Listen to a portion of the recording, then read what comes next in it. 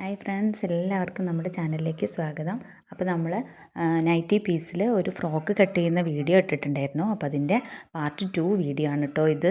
അപ്പോൾ നമ്മൾ ആദ്യം യോക്ക് പാർട്ടാണ് സ്റ്റിച്ച് ചെയ്യുന്നത്. അതിനായിട്ട് നമ്മൾ ഫ്രണ്ട് പീസ് എടുത്തിട്ടുണ്ട്. ഫ്രണ്ട് പീസിൽ നമ്മൾ ചെറിയൊരു നെക്കിൻ്റെ റൗണ്ട് നെക്ക് വെട്ടി വെച്ചിട്ടുണ്ടായിരുന്നു. അപ്പോൾ അത് ഇതിലേക്ക് വെച്ച് ഒന്ന് സ്റ്റിച്ച് ചെയ്തെടുക്കാൻ പോവുകയാണ്. അപ്പോൾ അതിനായിട്ട് ക്ലോത്തിൻ്റെ നല്ല വശം ആ ഒരു നെക്ക് പീസിൻ്റെ നല്ല വശം ചേർത്ത് വെച്ചിട്ട് ഒന്ന് സ്റ്റിച്ച് ചെയ്തെടുക്കുകയാണ്.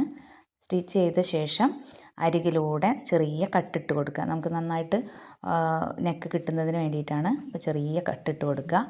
അതിനുശേഷം അത് തിരിച്ച് ഒന്ന് മറിച്ച് അടിച്ചെടുക്കാം. ഇതപ്പോൾ ഞാൻ തിരിച്ച് മറിച്ച് അടിച്ചെടുത്തിട്ടുണ്ട്. ഇനി നമുക്ക് ബാക്ക് പാർട്ടാണ് സ്റ്റിച്ച് ചെയ്യാനുള്ളത്.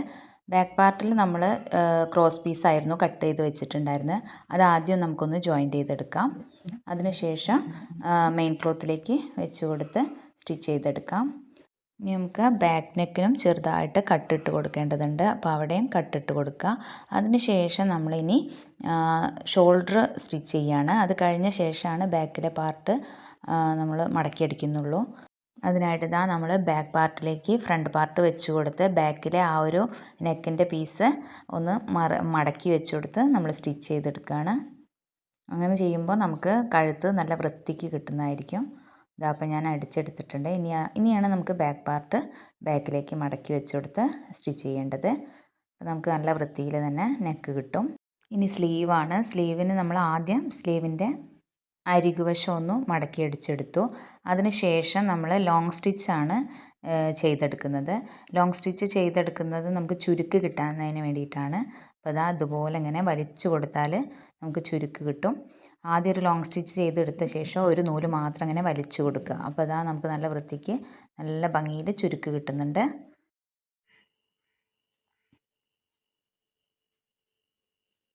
ഇനി നമുക്ക് ആ സ്ലീവ് ഒന്ന് മെയിൻ ക്ലോത്തിലേക്ക് അറ്റാച്ച് ചെയ്ത് കൊടുക്കുക. അതിനായിട്ട് ഇതുപോലെ വെച്ചിട്ട് ആ ഒരു ഫ്രില്ലൊക്കെ ഒന്ന് ലെവലാക്കി നമുക്കൊന്ന് പിൻ ചെയ്ത് കൊടുക്കാം. എന്നാൽ റെഡിക്ക് നിന്ന് നമുക്ക് സ്റ്റിച്ച് ചെയ്തെടുക്കാൻ പറ്റും.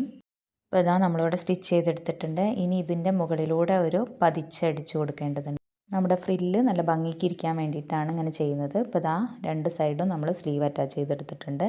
ഇനി നമുക്ക് ഇതിൻ്റെ സ്കേർട്ട് പാർട്ട് എങ്ങനെയാണ് സ്റ്റിച്ച് ചെയ്യുന്നത് നോക്കാം. അതിനായിട്ട് നമ്മൾ വെട്ടി വെച്ചിട്ടുണ്ടായിരുന്ന ആ ഒരു പീസ് എടുത്തിട്ടുണ്ട്. അതിലും ഇതേപോലെ നമ്മൾ ലോങ് സ്റ്റിച്ച് ചെയ്തെടുത്താൽ മതി. അപ്പോൾ ഞാനിതാ ഒരു ലോങ് സ്റ്റിച്ച് ചെയ്തെടുത്തിട്ടുണ്ട്. ഇനി നമുക്ക് ഒരു നൂല് മാത്രം വലിച്ചു കൊടുത്ത് ചെറിയ ചെറിയ ഫ്രിൽസ് അവിടെ ചെയ്തെടുക്കാൻ പറ്റും. അതല്ലെങ്കിൽ നമുക്ക് ഫ്രില്ലായിട്ട് ഇട്ട് കൊടുക്കുകയും ചെയ്യാം. ഇങ്ങനെ ചെയ്യുമ്പോൾ പെട്ടെന്ന് നമുക്ക് സ്റ്റിച്ച് ചെയ്യാൻ പറ്റും. അതാണ് ഇങ്ങനെ ചെയ്യുന്നത്. അപ്പോൾ രണ്ട് സൈഡും നമ്മളിതുപോലെ നല്ല ഭംഗിക്ക് ഫ്ലീറ്റ് ഇട്ടെടുത്തിട്ടുണ്ട്. ഇനി നമുക്കിത് മെയിൻ ക്ലോത്തുമായിട്ടൊന്ന് അറ്റാച്ച് ചെയ്തെടുക്കാം.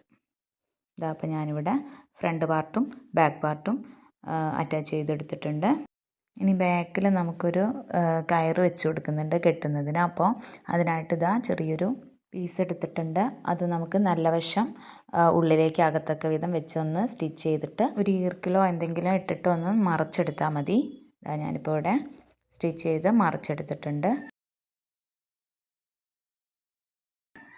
അപ്പോൾ മറിച്ചെടുത്താൽ നമുക്ക് ഇതുപോലെയാണ് കിട്ടുക. ഇനി നമുക്ക് സൈഡ് കൂട്ടി കൊടുക്കാം. അതിനായിട്ട് നമ്മൾ ബാക്ക് പാർട്ടും ഫ്രണ്ട് പാർട്ടും ഒന്നിച്ച് വെച്ചിട്ട് നമ്മളിതിലൂടെ തയ്ച്ചെടുക്കുകയാണ് വേണ്ടത്. യോക്ക് പാർട്ട് എൻഡ് ചെയ്യുന്ന സ്കേർട്ട് പാർട്ട് സ്റ്റാർട്ട് ചെയ്യുന്ന ആ ഒരു അവിടെയായിട്ടാണ് നമ്മൾ കയറ് വെച്ച് കൊടുക്കേണ്ടത്. അപ്പോൾ അതിനായിട്ട് നമ്മൾ കയറ് ഉള്ളിലേക്ക് വെച്ച് കൊടുത്ത് ഇതുപോലെ വെച്ച് കൊടുത്ത് സൈഡ് കൂട്ടിയെടുക്കുകയാണ് ചെയ്യുന്നത്.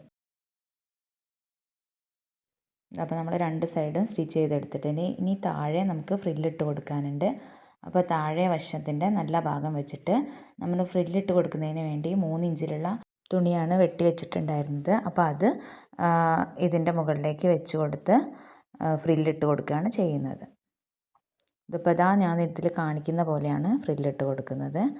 ആദ്യം നല്ല വശം ഒന്ന് വെച്ച് കൊടുത്ത ശേഷം ഫ്രില്ലിട്ട് കൊടുക്കുകയാണ്.